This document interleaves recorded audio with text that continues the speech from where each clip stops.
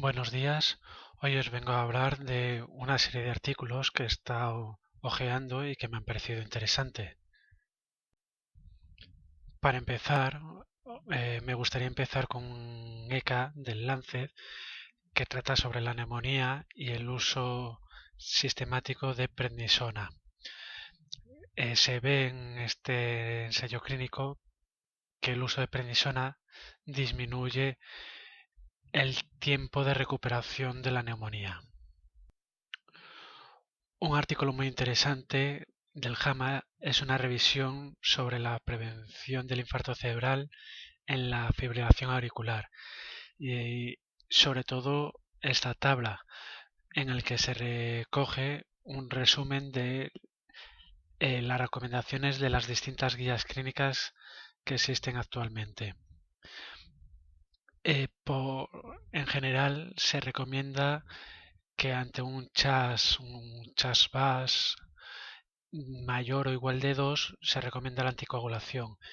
Incluso la Sociedad Europea de Cardiología recomienda el uso de anticoagulantes en el caso de varones con un punto en el CHAS-VAS.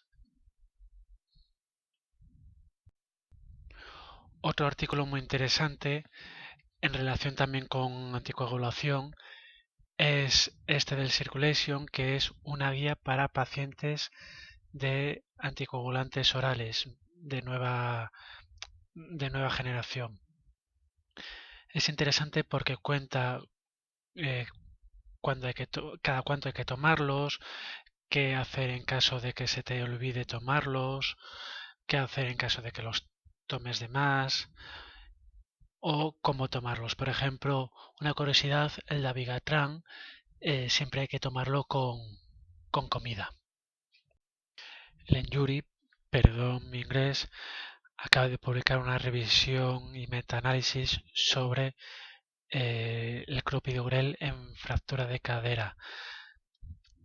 Concluye que el uso de clopidogrel en caso de una intervención precoz ni aumenta la mortalidad ni a los 30 días comparándolo con una cirugía tardía, solo hay un aumento en el número de transfusiones y con una gran disminución de la estancia hospitalaria. Como recordaréis, recientemente el doctor Aybar nos comentó los factores pronósticos de fractura de cadera y uno muy importante es el retardo quirúrgico, con lo cual este va a favor de una intervención precoz a pesar del uso de clopidogrel, que es una cosa que aún todavía no está extendido. Ahora comentaré un par de artículos sobre las estatinas. Uno es una editorial del Annals Internal Medicine en el que concluyen que el uso de estatinas como prevención primaria es algo muy, muy dudoso, como ya os he comentado de artículos anteriores, incluso revisiones anteriores. Por lo tanto, es algo que hay que valorar mucho antes de iniciar una estatina en prevención primaria. Ellos ponen la edad de 75 años. Otro artículo en relación de estatinas es al revés, sobre la retirada de estas en caso de situación final de vida, considerando final de vida una expectativa inferior a un año. Y en este ensayo clínico ven que no hay un perjuicio por la retirada de estas estatinas. Aquí os presento una revisión de la Cochrane traducida al castellano por el doctor Gallegos de Chile, que tiene una página, un blog que está muy bien. Y en esta revisión Cochrane sobre la deshidratación nos comentan que no hay una prueba definitiva única diagnóstica para el diagnóstico de la deshidratación, que habría que usar varias. Ahora empezamos una serie de 4 artículos en relación con la anemia. El primero es totalmente recomendable, como todas las revisiones del New England, y es una revisión sobre la anemia por déficit de hierro. En ella nos cuentan su fisiopatología, su clínica y también su tratamiento, tanto vía oral como lo que más me ha parecido interesante de forma IV, por mi mayor desconocimiento. Entre ellos las indicaciones como son la intolerancia al tratamiento oral o la refractariedad al tratamiento. Pero sobre todo, lo que más me ha parecido interesante es una fórmula para ayudarnos a decir cuál es la dosis necesaria de ferroterapia IV que podéis ver en, en esta diapo. El siguiente, más que artículo, es una recomendación del NPS de Australia sobre la determinación de vitamina B12. Esta sociedad lo recomienda solamente en caso de estudio de anemia, insuficiencia renal, en caso de estudio de deterioro cognitivo o de polineuropatía. Más o menos lo que hacemos. Otro artículo es una guía práctica del manejo quirúrgico durante la cirugía y postquirúrgico de la Asociación Española de Cirugía. Lo más interesante para mi punto de vista es el postquirúrgico, que es lo que solemos o podemos llegar a atender en general, y sobre todo la indicación de la ferroterapia IV, y lo recomiendan porque por lo que se ve la ferroterapia oral en el postquirúrgico inmediato se absorbe mal, por lo que entre la cirugía y hasta las 2-6 semanas se recomienda la terapia IV. Una guía muy interesante que ha salido en el Annals Internal Medicine es esta sobre el uso de catéteres urinarios en hospitalización. Hay varias tablas, desde las recomendaciones para sondas permanentes como para no permanentes o temporales, y son muy interesantes de ojear. Sí que una de las recomendaciones de permanentes a destacar es el uso de estas en caso de úlceras por presión severas, que la incontinencia urinaria impida que estén limpias. Ahora empezaré con un poquitín la sección más concreta de geriatría, de prescripción, toma de decisiones y cosas más específicas. Para empezar, este protocolo de prescripción del JAMA, en el que nos recomiendan hacer este proceso a través de 5 pasos. Es un proceso que ya hemos estado hablando en otras ocasiones. En, en algún protocolo que os he contado son 7 pasos, en este son 5, pero al final la conclusión es la misma, que es revisar la medicación, analizar por qué se toma, consensuar y seguir revisando de si es efectivo o no la retirada, si se produce algún efecto, y sobre todo consensuar la retirada de medicación. Este logo que veis aquí sí que os sonará de otras sesiones del Choosing Wesley, que es una plataforma estadounidense, también australiana, y que ahora asumen los británicos. Nos lo cuentan incluido en el British, como podéis ver en la referencia de abajo. No os lo cuento porque ya lo conocéis, pero sí que cada vez está tomando más fuerza este movimiento.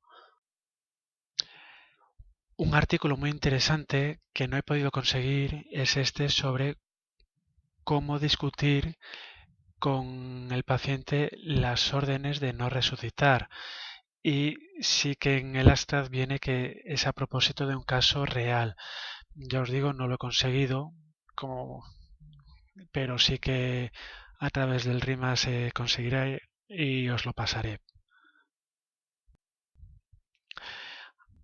un artículo revisión de la Cochrane, que también se puede acceder a través de la página del doctor Gallegos, que os comenté antes, es esta sobre el uso del MMSE para valorar el paso de deterioro cognitivo leve a Alzheimer. Concluye que, bueno, como suele concluir la mayor parte de las revisiones de la Cochrane, que no hay evidencia suficiente y que hay que analizar más estudios para ver si esto es posible. Un artículo recién salido del horno es este sobre el test para detectar demencia. Está tan salido del horno que es del miércoles pasado y ni siquiera está en prensa, sino solo online. Y aparte del MMSE, recomiendan para el diagnóstico de detección cribado de demencia el Mini-COG y el Landesbrock. Sin embargo, para el deterioro cognitivo leve, el MCI recomiendan la escala de Montreal.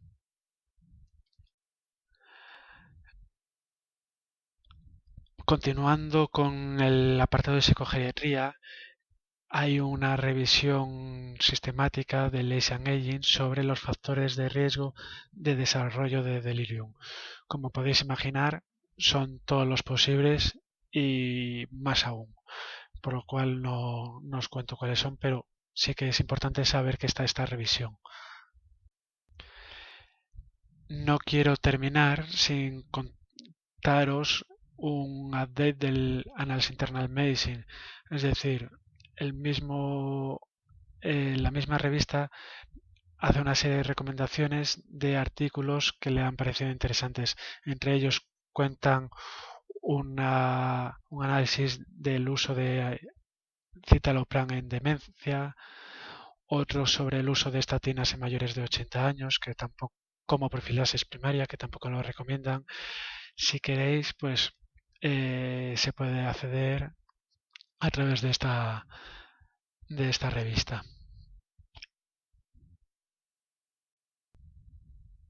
También contaros que tanto el doctor Gálvez como el doctor Rodríguez, con algunos más de nosotros, acaba de publicar este artículo sobre la prevalencia y el tratamiento del dolor de la serie que ya conocemos. Solamente para los que no lo sepáis, saber que hay otro artículo nuestro en prensa, pero sin embargo sí que no quiero terminar esta sesión sin contar el artículo que me ha parecido estrella. Y es este del Lancet Neurology. No lo he leído, pero solamente con el título me parece apasionante y no soy el único friki que existe, porque poner este título es para aplaudirle. Igual en alguna biográfica lo cuento. Aparte de esta serie de artículos que os he contado, me gustaría recomendaros, sobre todo a los residentes, una jornada de la Sociedad Madrileña de Geriatría que hubo en abril y que está disponible online en su página web. Y sobre todo una de las sesiones que es de cómo se hace un currículum vitae, que lo está revisando y me parece muy interesante. Para casi terminar, me gustaría dar las gracias, aparte de los tuiteros que recomendé en la anterior sesión, a estos tuiteros y sociedades a los que sigo y que también os recomiendo seguir. Y me gustaría mandar un saludo, por si acaso me estuviera escuchando, a una traumatóloga que espero que tenga suerte, aunque no lo necesita en la presentación de su tesis. Como definitiva última diapo, os traigo aquí una imagen que a través del hashtag YouKnowYouAreAGeriatrician alguien colocó. Y es una muy buena imagen de cómo los geriatras, a través de una sencilla foto, podemos detectar determinadas cosas que igual otro especialista no detecta. Y esto es, como dice un personaje de televisión, esto es todo amigos. Un saludo y hasta luego. Espero que os haya interesado.